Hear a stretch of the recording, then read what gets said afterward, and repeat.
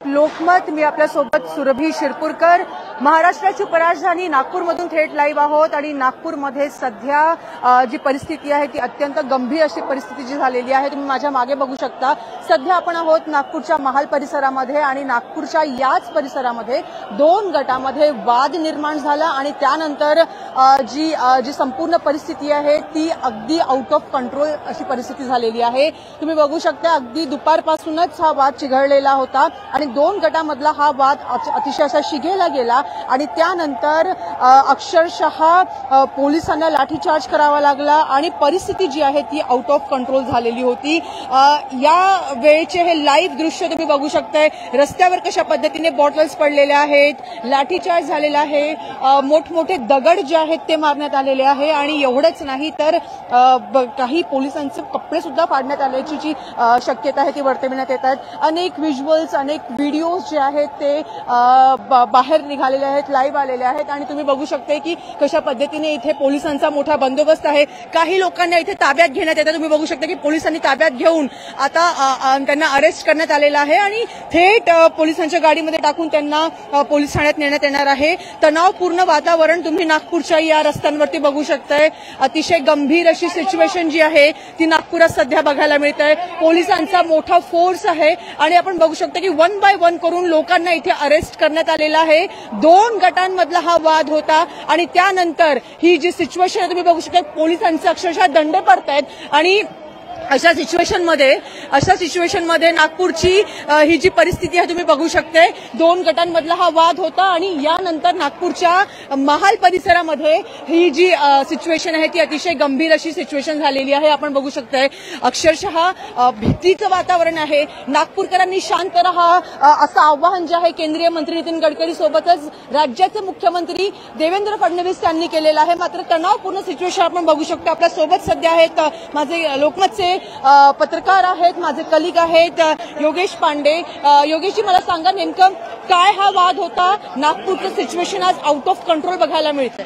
आज दिवसभर इथे औरंगजेबाच्या कबरीच्या याच्यावरनं जे वातावरण तापलं होतं, दिवसभर इथे तणावाची स्थिती होती, पोलिसांचा बंदोबस्त होता। मात्र संध्याकाळच्या वेळेला सोशल मीडियावर काही अफवा पसरल्या, त्याच्यानंतर दोन गट आमने सामने आले। काही तरुणांनी इथे ज्या गाड्या होत्या त्याची तोडफोड सुरू केली, जाळपोळ सुरू केली आणि पोलिसांवर दगडफेक केली। जे बंदोबस्तांवर होते पोलीस त्यांनी अनेकांना पहा इथे धरपकड सुरू आहे। अनेकांची वस्त्यांमध्ये जाऊन आरोपींना जे आहे सीसीटीव्हीच्या माध्यमातून त्यांचे फुटेजच्या माध्यमातून त्यांची ओळख पटवली जाते आणि पोलीस त्यांना घेऊन येत आहेत। नागपूरची ओळख जी आहे ती शांतताप्रिय शहर अशी राहिलेली आहे। 1993च्या ज्या दंगली होत्या तेव्हा देखील नागपूर शांत होतं। हा जो चिटणीस पार्कचा भाग आहे हा सामाजिक सौहार्दाचं प्रतीक मानला जातो आणि इथे काही समाजकंटकांनी ज्या पद्धतीचे प्रयत्न केले होते पोलिसांनी योग्य वेळी परिस्थिती जी आहे ती नियंत्रणात आणली नाही तर हा। पण योगेशजी मला एक सांगा, रमजानचा हा महिना आहे, पाक हा महिना आहे, संकष्ट चतुर्थी, अशा वेळी नेमकं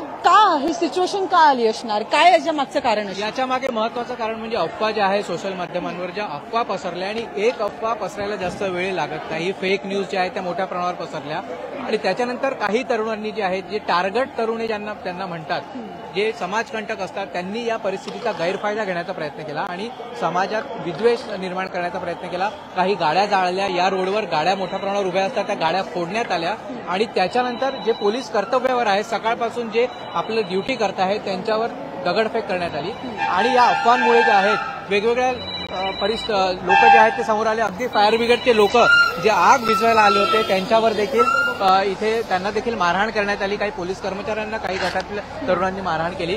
हे कुठल्या धर्माचे होते, कुठल्या जातीचे होते हे महत्वाचं नाहीये। हे जे तरुण होते हे नागपूरच्या शांततेच्या विरोधात होते।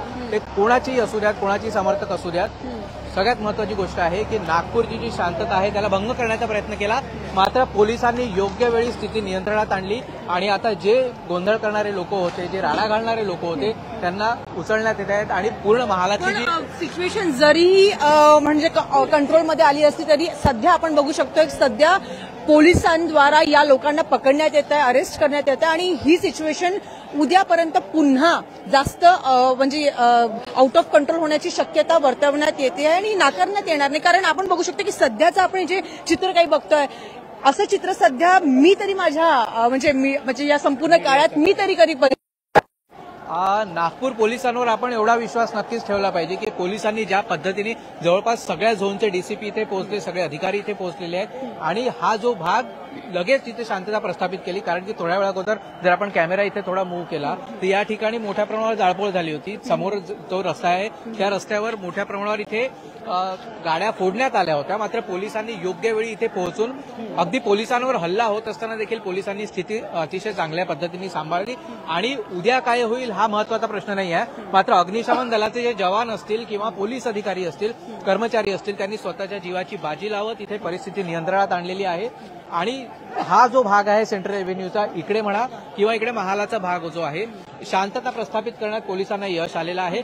नक्कीच तणावपूर्ण एरिया खूप जास्त सेन्सिटिव्ह आहे. एकीकडे आपण बघू शकतो आरएसएसचं मुख्य गड आहे, महाल परिसर आहे, महत्वाचा एरिया आहे. अगदी समोरच छत्रपती शिवाजी महाराज यांचा स्टॅच्यू आहे आणि हा एरिया खूप महत्वाचा. अगदी या साईडला आपण बघितलं तर मुस्लिम बेल्ट मोमीनपुरा एरिया आहे.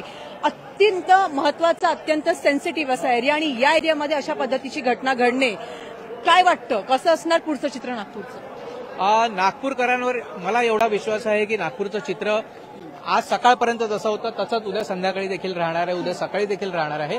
प्रश्न हा आहे इथे महत्वाचा की हे समाजकंटक नेमके कोण होते, ज्या समाजकंटकांनी हा पूर्ण या परिस्थितीचा गैरफायदा उचलत अग्निशमन दलाचे कर्मचारी असो, पोलीस कर्मचारी असो, यांच्यावर हल्ला करत कायदा आणि सुव्यवस्था बिघडवण्याचा प्रयत्न केलेला आहे. हा महत्वाचा मुद्दा आहे. हे कुठल्या धर्माचे आहेत, कुठल्या जातीचे आहेत नाही, धर्म नाही, जात नाही, हे फक्त मानवतेच्या विरोधातले लोक आहेत. पाक रमजान महिना सुरू आहे, आज संकष्टी चतुर्थी होती आणि अशा सिच्युएशनमध्ये जाणून बुजून नागपुरातली कायदा व सुव्यवस्था बिघडवण्याचा प्रयत्न केला होता. मात्र स्थिती सध्या नियंत्रणात आपल्याला दिसून येते आहे. ज्या पद्धतीने इथे थोड्या वेळा अगोदर वातावरण होतं, पोलिसांवरती लाठीचार्ज झालेला आहे, पोलिसांचे कपडे अक्षरशः फाडण्यात आलेले आहेत. हो, ही 100% खरी गोष्ट आहे की पोलिसांचे काही पोलीस कर्मचाऱ्यांचे कपडे फाडण्यात आले, त्यांच्यावर दगडफेक करण्यात आली आणि जमावाला पांगवण्यासाठी पोलिसांनी देखील सौम्य लाठीमार केला, पण ती त्यावेळची गरज होती. तो काही मोठा लाठीमार आपल्याला म्हणता येणार नाही आणि पोलिसांनी अतिशय संयमाने ही स्थिती हाताळली आहे. आणि त्याचमुळे आपण बघू शकतो की इथून 500 मीटर अंतरावर बडकस चौकात दुकानं सुरू आहेत आणि लोक दोन्ही समुदायातले, तिन्ही समुदायातले, इथे जैन लोक मोठ्या प्रमाणावर राहतात किंवा इतर समुदायातले लोक राहतात. इथे कुल्फी घेण्यासाठी लोक दिसत आहेत. त्यामुळे सामाजिक सौहार्द काय आहे ही इथून 500 मीटरवर नागपूरकरच उत्तर देत आहेत. हा एक फरक दिसून येतोय. आणि समाजकंटक जे आहेत हे जे येत आहेत हे नागपूरचं नाव खराब करण्याचं काम करत आहेत, कायदा व सुव्यवस्था बिघडवण्याचं काम करतायत आणि अशा समाजकंटकांना सीसीटीव्ही फुटेज आणि कॅमेरा फुटेजच्या माध्यमातून पोलीस यंत्रणेने शोधून काढलेलं आहे आणि त्यांना गल्ल्या गल्ल्यांमधून शोधून पोलीस आणता आहेत. इथे आपण चित्र आपल्या डोळ्यासमोर बघू शकतो.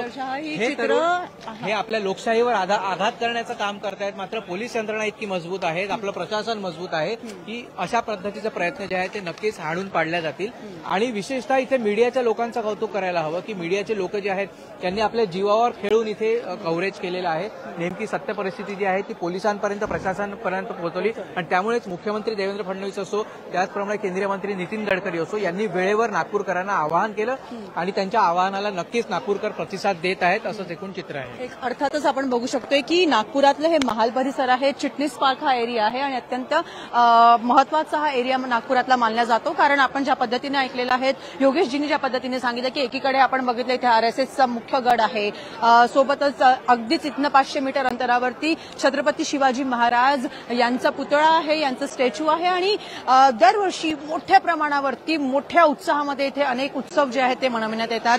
रमजानचा पाक महिना सुरू आहे. अगदी इथनं 500 मीटर अंतरावरती मोमीनपुरा हा मुस्लिम बहुल एरिया आहे आणि अशामध्येच आपण बघू शकतोय कशा पद्धतीने जे चित्र आहे आज नागपूरमध्ये कशा पद्धतीने चित्र बघायला मिळत आहेत.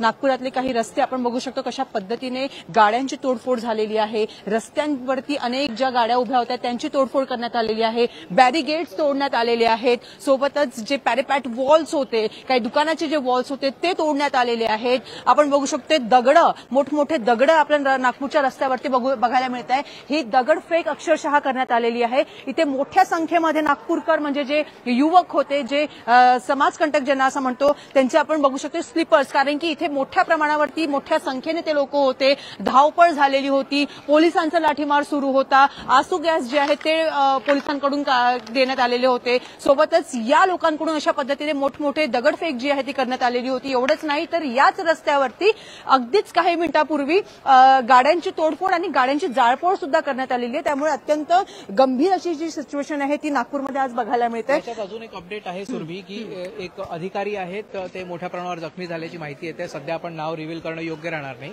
मात्र त्या अधिकाऱ्यांवर जे मोठे दांडे असतात लाकडाचे ते आणि कुऱ्हाडीसारखं जे शस्त्र असतं त्यांनी वार करण्यात आल्याची माहिती आहे आणि त्यांच्यावर उपचार सुरू असल्याची माहिती आहे. आणि काही जे कर्मचारी होते त्यांचे कपडे ज्या पद्धतीने फाडण्यात आले होते त्या सगळ्यांचे फुटेज जे आहेत ते पोलिसांपर्यंत पोहोचलेले आहेत आणि पोलीस त्या सगळ्यांना शोधून म्हणजे टार्गेटच देण्यात आले, त्यांना शोधून आणत आहेत. वेगवेगळ्या वस्त्यातले हे लोक आहेत आणि काही लोक जे आहेत ते बाहेरून आलेले आहेत, ते या एरियातले नाही आहेत. कारण की हा जो भाग आहे याच इथून रामनवमीची शोभायात्रा जेव्हा जाते तेव्हा मुस्लिम बांधव इथे त्यांचं स्वागत करतात, इथे जैन बांधव त्यांचं स्वागत करतात, बुद्ध बांधवांकडनं वेगवेगळ्या पद्धतीची सहकार्य करण्यात येतं. त्यामुळे सर्व धर्म समूह आपल्याला इथे दिसतो.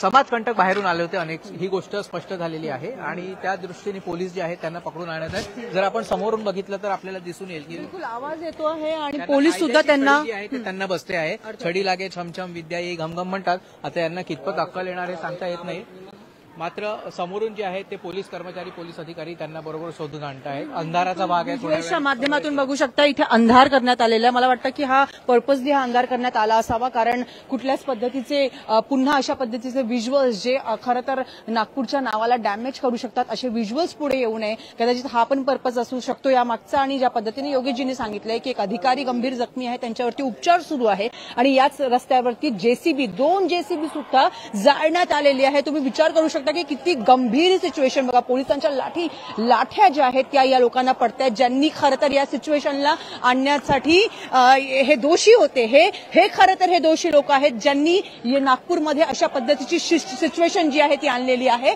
आणि यांच्यामुळे आज नागपुरात कशा पद्धतीची हे दृश्य आपण बघायला मिळत आहे. गंभीर अशी सिच्युएशन जी आहे सध्या ती नागपूरच्या रस्त्यावरती बघायला मिळत आहे.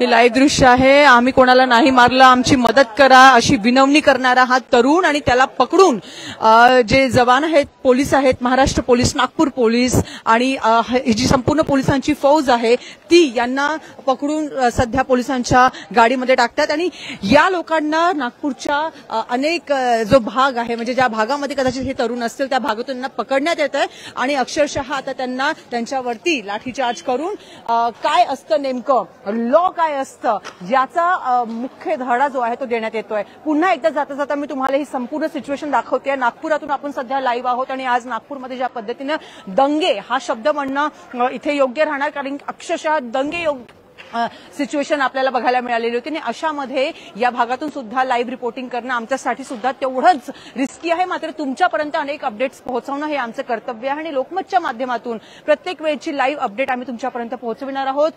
तुर्तास या लाईव्हमध्ये इथेच थांबायची वेळ झालेली आहे. काही अपडेट, एक शेवटची अपडेट मी योगेशजी यांच्याकडून जाणून घेणार आहे. काय अपडेट असल्याची? सध्या बहुतेक जे राजकीय पक्षांचे नेते आहेत, वेगवेगळ्या पक्षांचे, त्यांच्याकडनं हेच आवाहन करण्यात येत आहे की नागपूरकरांनी शांतता बाळगावी. जे घटक बाहेरचे आले होते आणि ज्या पद्धतीने त्यांनी इथे एक प्रकारे गोंधळ घातलेला आहे, तर त्यांच्या ट्रॅपमध्ये न अडकता सामाजिक सौहार्द नागपूरकरांनी कायम राखावं हेच आवाहन सगळ्यांकडनं करण्यात येत आहे. आणि वेगवेगळे धर्मगुरू देखील निश्चितपणे अशाच पद्धतीचं आवाहन करतील, यात काही शंका नाही. नागपूरकर त्याला प्रतिसाद देतील. अर्थातच आत्ताच आपण काही वेळापूर्वी बघितलं, केंद्रीय मंत्री नितीन गडकरी यांनी ही रिक्वेस्ट नागपूरकरांना केलेली आहे. महाराष्ट्राचे मुख्यमंत्री देवेंद्र फडणवीस यांनी केलेली आहे.